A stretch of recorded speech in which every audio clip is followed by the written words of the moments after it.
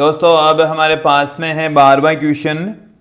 12वां question आप समझेंगे। 12वां question है क्या कि किसी अंतरिक्ष किरण प्रयोग में एक इलेक्ट्रॉन और एक प्रोटॉन का संसूचन होता है जिसमें पहले कण की गतिज ऊर्जा 10 किलो इलेक्ट्रॉन वोल्ट है और दूसरे कण की गतिज ऊर्जा 100 किलो इलेक्ट्रॉन वोल्ट है। इनमें से कौन सा तीव्रगामी है, इलेक्ट्रॉन या प्रोटॉन? इनकी चालों का अनुपात ज्ञात कीजिए। इलेक्ट्रॉन का द्रव्यमान हमें दे रखा है 9.11 इंटू 10⁻³ किलोग्राम। प्रोटॉन का द्रव्यमान दे रखा है 1.67 इंटू 10⁻27 किलोग्राम। और हमें यह भी बता रखा है कि जो एक इलेक्ट्रॉन वोल्ट होता है वो 1.6 इंटू 10⁻19 जूल के इक्वल होता है। देखिए हमें इलेक्ट्रॉन तथा प्रोटॉन दो पार्टिकल्स दे रखे हैं, उनकी गतिज ऊर्जा दे रखी है और ये पूछा है कि दोनों में से किसका वेग ज्यादा है तथा उनके वेगों का अनुपात भी हमें फाइंड आउट करना है। यदि हम गतिज ऊर्जाओं की बात करें तो इलेक्ट्रॉन की गतिज ऊर्जा, जो इलेक्ट्रॉन की गतिज ऊर्जा है उसको हम ke से पुट कर देते हैं। इलेक्ट्रॉन की गतिज ऊर्जा को दोस्तों हम ke से पुट कर देते हैं, जिसे हम 1/2 me v का स्क्वायर पुट कर रहे हैं। और इलेक्ट्रॉन की गतिज ऊर्जा हमें दे रखी है इस क्वेश्चन में 10 किलो इलेक्ट्रॉन वोल्ट। इसके साथ में हमें यह भी दे रखा है कि जो प्रोटॉन है उसकी गतिज ऊर्जा, प्रोटॉन की गतिज ऊर्जा को देखिए हम किस प्रकार से लिख रहे हैं, सिमिलरली ही हम पुट करेंगे। प्रोटॉन की गतिज ऊर्जा को हम kp से पुट कर देते हैं। यहां पर हम जो गतिज ऊर्जा है mPvp² इक्वल टू हमें दे रखी है 100 किलो इलेक्ट्रॉन वोल्ट। हमें रेशियो फाइंड आउट करना है, इन दोनों की गतिज ऊर्जाओं का रेशियो फाइंड आउट करना है, जो वेलोसिटी है उनका रेशियो फाइंड आउट करना है। तो यहां से अनुपात हम फाइंड आउट करेंगे तो ke अपॉन में kp इज इक्वल टू हमारे पास में निकल कर आएगा half meve² upon half mPvp² equal to 10 kilo electron volt upon 100 kilo electron volt.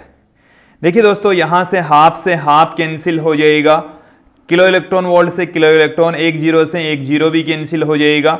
यहां से ve² upon vp² equal to हमारे पास में निकल कर आएगा, ये यहां से mp ऊपर चला जाएगा, me नीचे आ जाएगा, साथ में यहां पर एक जीरो भी रह जाएगा जिसे हम 10 से पुट कर रहे हैं।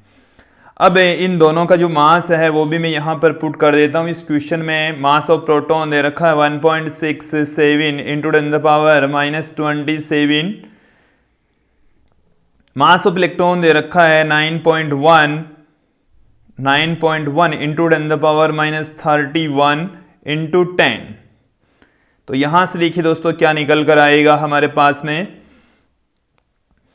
यहां से हमारे पास में निकल कर आएगा दोस्तों, यहां पर जब मैं इसको मल्टीप्लाई करूं 10 की घात माइनस में 30 रह जाएगी, तो 1.67 अपॉन 9.1, 10 की घात 30 बट्टे से ऊपर जाएगी तो 10 की घात प्लस में 30 और माइनस में 27 है तो प्लस में 3 रह जाएगी।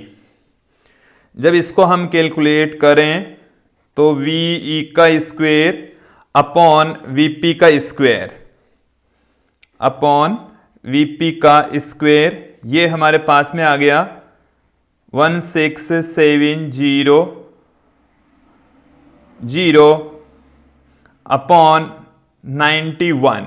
जब इससे इसको डिवाइड करते हैं तो दोस्तों क्या आएगा, देखेंगे हम यहां पर।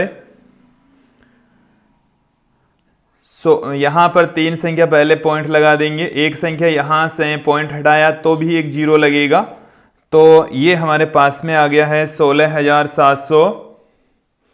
16,700 को मैं यदि डिवाइड करूं 91 से तो ये आएगा दोस्तों हमारे पास में 183 के समथिंग।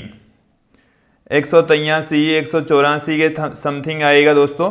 तो यहां से हम बता देंगे कि जो वी ई का स्क्वायर है, v square upon v p square, ये हमारे पास में आ गया दोस्तों 183। इसका जो अंडरूट होगा वो 13 और 14 के बीच में होगा, तो 13.5 को मैं एक बार 13.5 से मल्टीप्लाई करके देख लेता हूं।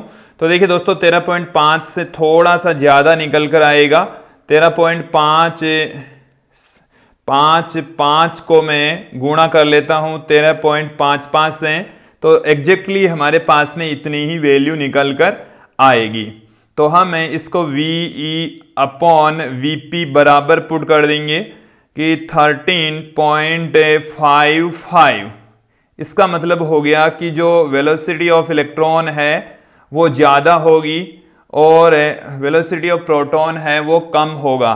तो VE ग्रेटर देन VP, तो इलेक्ट्रॉन की जो वेलोसिटी है दोस्तों इस क्वेश्चन के अकॉर्डिंग ज्यादा होगी, उसका अनुपात प्रोटॉन की वेलोसिटी से 13.55 गुना अधिक होगा। तो ये था इस क्वेश्चन का सॉल्यूशन।